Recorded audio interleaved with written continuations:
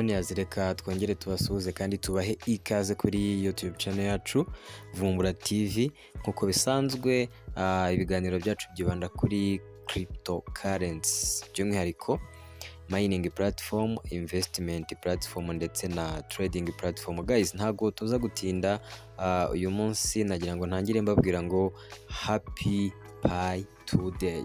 Uyu munsi ni P2 day yo muri uyu mwaka, ngira ngo murabizi neza ko Pi 1 day yo muri 2023 yabaye mu kwezi kwa gatatu ku itariki 14. Ubu uyu munsi turi mu cyo bita Pi 2 day. So aba pioneers bose nagira ngo mbifurize uyu munsi mwiza, ubwo ndavuga abakimayininga. So uyu munsi rero tugiye kongera tuvuge ku mushinga wa Pi Network. Turaza kwibanda ku bintu bijyanye na KYC yo muri Pi Network. Turaza kwibanda ku bijyanye na mainnet y'itariki 28 z'ukwa gatandatu ari wo uyu munsi n'ubundi. Turaza kurebera hamwe migrations. Ku bijyanye na migrations turaza kwibanda ku kijyanye n'ubwiyongere bw'umubare w'aba pioneers ba mining Pi Network. Turaza kurebera hamwe no ku kijyanye n'abantu bagiye bibagirwa ama passphrase, icyo bakora bikiri mu maguru mashya. Turaza kurebera hamwe n'ibindi bijyanye no kuba wagura token buy coin, wagura P coins. Ese nibyo bifite izihe ngaruka nziza cyangwa se mbi? Ese twakora iki niba tudashaka wenda ku lostinga coin zacu cyangwa kubaningirwa account? Byose rero muraza kubikurikirana muri iki kiganiro cy'uyu munsi. Nizera ko mwese mwamaze gukanda kuri subscribe ndetse no kunzogera kugira ngo tujye tubana 5 kuri 5 ku biganiro byiza bishobora kuzakuzanira ubukungu mu buzima bwawe.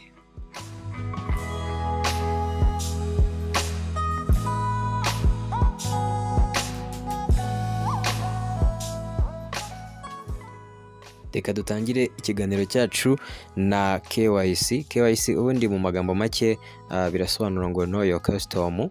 No kuvuga ngo kugira ngo Pi zawe zibe ziri valid, wemererwe kuzikoresha ama transaction nkuko twabibonye ko tuzakora KYC nyine tugakora migration, Pi zacu zagera kuri wallet tugatangira kuzispendinga cyangwa kuzikoresha tugura ibicuruzwa na service, ndetse dukoresha na utilities zizaba ziri muri system ya Pi browser nkuko utilities bari kugenda bazubaka. Rero KYC ikomeje kuba ikibazo kitoroshye cyane. So ngira ngo murabizi neza mwese ko hari ibibazo byabayeho bwa mbere yuko KYC za hari ibibazo byabayeho, abantu benshi barabuze KYC, turi kwibaza ngo Pi Network ni scam n'ibindi byinshi cyane, ariko igihe cyarageze KYC iraza. KYC twarayibonye, ahubwo wenda batarayibona ni bakeya ugereranyije n'abayibonye nibo benshi. Ubu nta muntu ugiclaiminga ku kintu kijyanye na KYC cyane, ahubwo icyo abantu bibaza kuri KYC ni gute KYC tuyikora igapendinga ukwezi kumwe, amezi 2, amezi 3, biterwa n'iki? Ese uyu mushinga waba uri serious? Nimba umuntu ashobora gukora KYC kazamo ikibazo hagashira amezi 3 KYC ye atarabasha kuyipasinga. So abandi bakibaza bati ese ko twakoze KYC tukanayipasinga nyuma bakazanamo ibindi bintu bya tentative KYC tugategereza iminsi 14 ikaturengana, ese uyu mushinga waba uri seriye? Ibyo ngibyo byose nibyo abantu bagenda bibaza kuri KYC. Wenda mpereye ku cyambere kijyanye no kuba KYC umuntu atarayibona, ndumva bitakabaye biduhangayikisha. Kuba utarabona KYC wategereza, kuko nta mupioneer n'umwe uzigera asigwa inyuma muri uyu mushinga. Niyo mpamvu ikintu cya mainnet ntago nge nagitekerezaga, ntabwo natekerezaga ko mainnet yaba uyu munsi. So nimba utarabona KYC, tegereza KYC uzayihabwa, uzayikora. Cya kabiri, nimba warakoze KYC yawe ikaba iri gupendinga, ngira ngo naho tugeze ugereranije naho umushinga waturutse, hari development, hari iterambere ryabayemo, hari intambwe twateye. So nimba rero warakoze KYC ikaba igipendinga, impamvu ubundi KYC pendinga biterwa n'iki? Ni ukuvuga ngo iyo utangiye KYC byanze bikunze uba ugomba gukupa iriya poto ya KYC ari uko KYC yawe warangije gusabomitinga ibintu byose. Rero iyo usanze nk'ifoto telefone yawe ifotora nabi, ugasanga ntabwo amafoto uri kuyafata neza bakagusubirishamo, ukavuga ngo reka mbe mberetse nzatira telefone, ibyo byose nibyo bishobora kukudindiza bikaba byatuma KYC yawe itagenda neza. So kuri KYC rero nimba ibintu byaba bigipendinga, don't worry, KYC yawe uzayipasinga.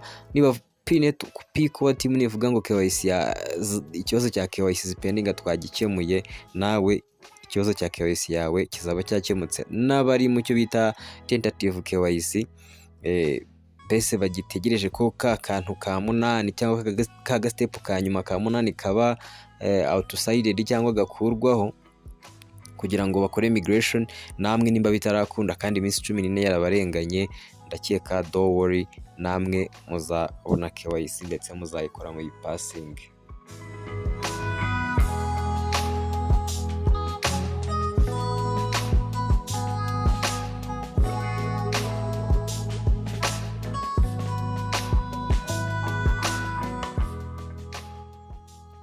Ingingo yacu ya kabiri rero yagombaga kwibanda ku bintu bijyanye na mainnet. Tugiye kwibanda kuri mainnet tubifatanyije n'ibyitwa migration.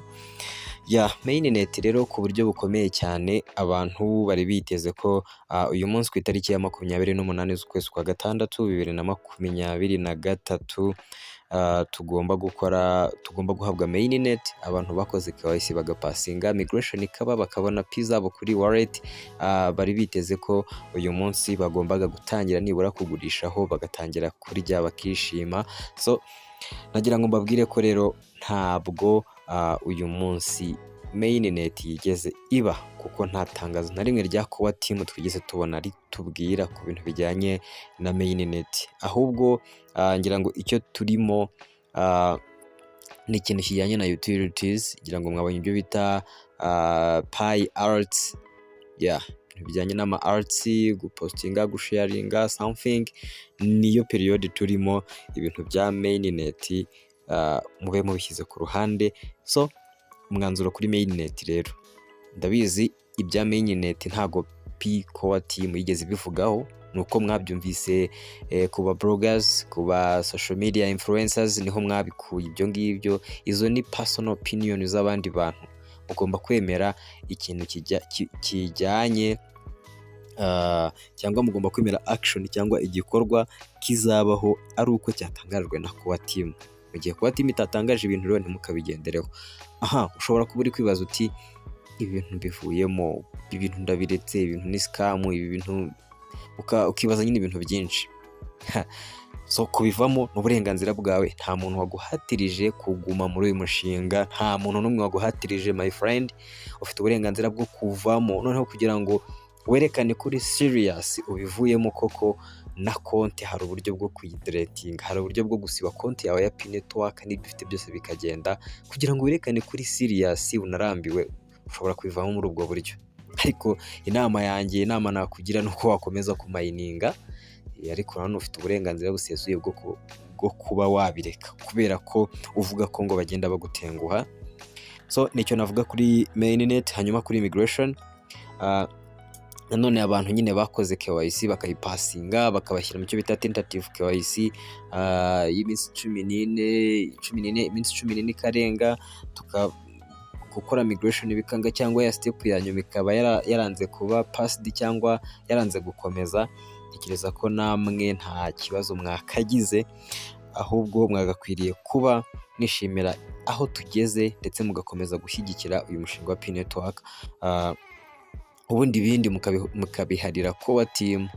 I know well, cyangwa ndabizi neza ko igihe kizagera buri wese agahabwa ibijyanye n'ibyo yakoreye. Wese azahabwa ku mbuto yakoreye. Nimba ari 2 uzarya 2, nimba ari 3 uzarya 3, nimba ntazo nyine ubwo ntazo uzaba ufite nuko uzaba warabifite. So keep mining niyo advice naguha.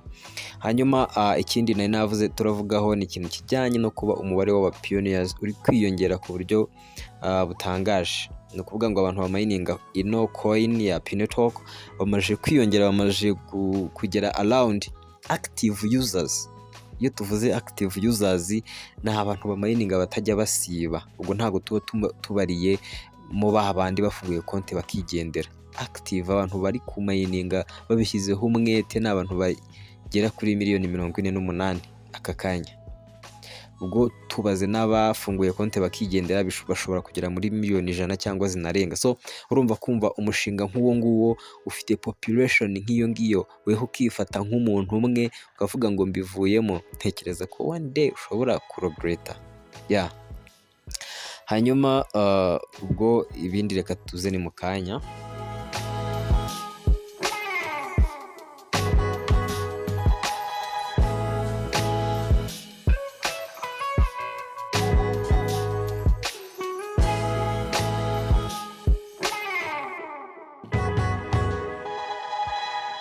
Yes, forget passphrase cyangwa kwibagirwa passphrase. Kwibagirwa passphrase ni ikibazo kitoroshye cyane guys. Ngira ngo murabizi neza ko turi gufungura wallet, twababwiye inshuro nyinshi ko mugomba kubika passphrase cyangwa ari amagambo 24 baduhereza neza, tukayabika neza ahantu hafite umutekano.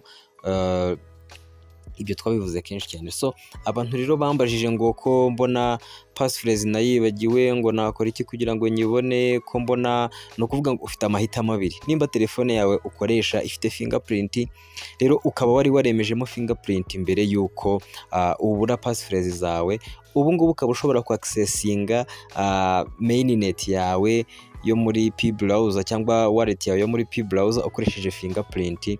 Birashoboka ko wagenda uka accessinga nyine wallet yawe, ugakanda ku kantu kameze nka setting hejuru, hanyuma ugakanda ku bijyanye no kuba wareba passphrase zawe ukazibika neza. Nimba rero utarigeze wemezamo fingerprint muri telefone yawe, bityo ku accessinga account yawe muri Pi browser, ku accessinga wallet yawe bikaba bigoranye kubera ko wibagiwe passphrase, nagira ngo nkubwire ngo I'm so sorry, umbabarire cyane, wihangane. Ubwo ibyo wamayininze byose ni impfabusa, ibyo wamayininze byose ni zero. Icyo usabwa gukora no kuba watangira mining bushyashya. Nimba bishoboka ko wenda wa deletinga konti wari ufite, babikwemereye, kuko hari igihe yo submitinze ibyangombwa wongera kujya gusubmitinga bakabyanga. So washaka uburyo wenda utangira mining bundi bushyashya. Niyo idea ihari. Naho nimba wari wagiye passphrase ukaba hari Pi coins wari waramayininze zabaye migrated kuri wallet yawe, nakubwira ngo goodbye kuri Pi zawe. Ariko nimba utari wakora KYC ukaba waribagiwe passphrase, hari uburyo ushobora gufungura wallet nshyashya, bakaguha passphrase nshyashya, ugasubira kulinkinga kuri ya step, sinibuka nimba ari ya 5 cyangwa ya 6, ugasubira kulinkinga ho passphrase nshyashya na wallet nshyashya. Aho ngaho naho byakunda. Ariko nimba warakoze KYC warayipasinze, Pi zawe zaragiye kuri mainnet, ukabona wibagiwe passphrase kandi nta buryo waka accessingamo wallet yawe, wenda ntago wigeze wemezamo fingerprint, nakubwira ngo I am so sorry, nyine ubwo wahombye Pi zawe, warazihombye, byararangiye. Hanyuma icyanyuma rero cyo tugiye gusorezaho ni ikintu kijyanye no kugura cyangwa kugurisha Pi coin.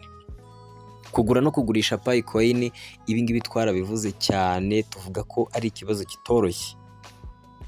Ushobora kuba utaramayininze Pi ukavuga ngo nzazigura, muri iki gihe ukaba uri kuzigura ugataspendinga amafaranga yawe menshi, ngahe bazizo Pi zawe waspendinze ayo mafaranga menshi, Pi imwe iramustangiriye ku gaciro ko hasi, byagenda bite? Wabuhombye. So ikindi ibaze kuba team detectinze ko wakoze transaction y'amapi menshi muri kino gihe cya Pi inclosed mainnet, konti yawe bakayifreezinga cyangwa bakayihagarika imyaka 100, ubwo wabuzize iki? Kugura Pi cyangwa kugurisha Pi. So mwirinde kugura cyangwa kugurisha Pi. Thank you so much for watching this video.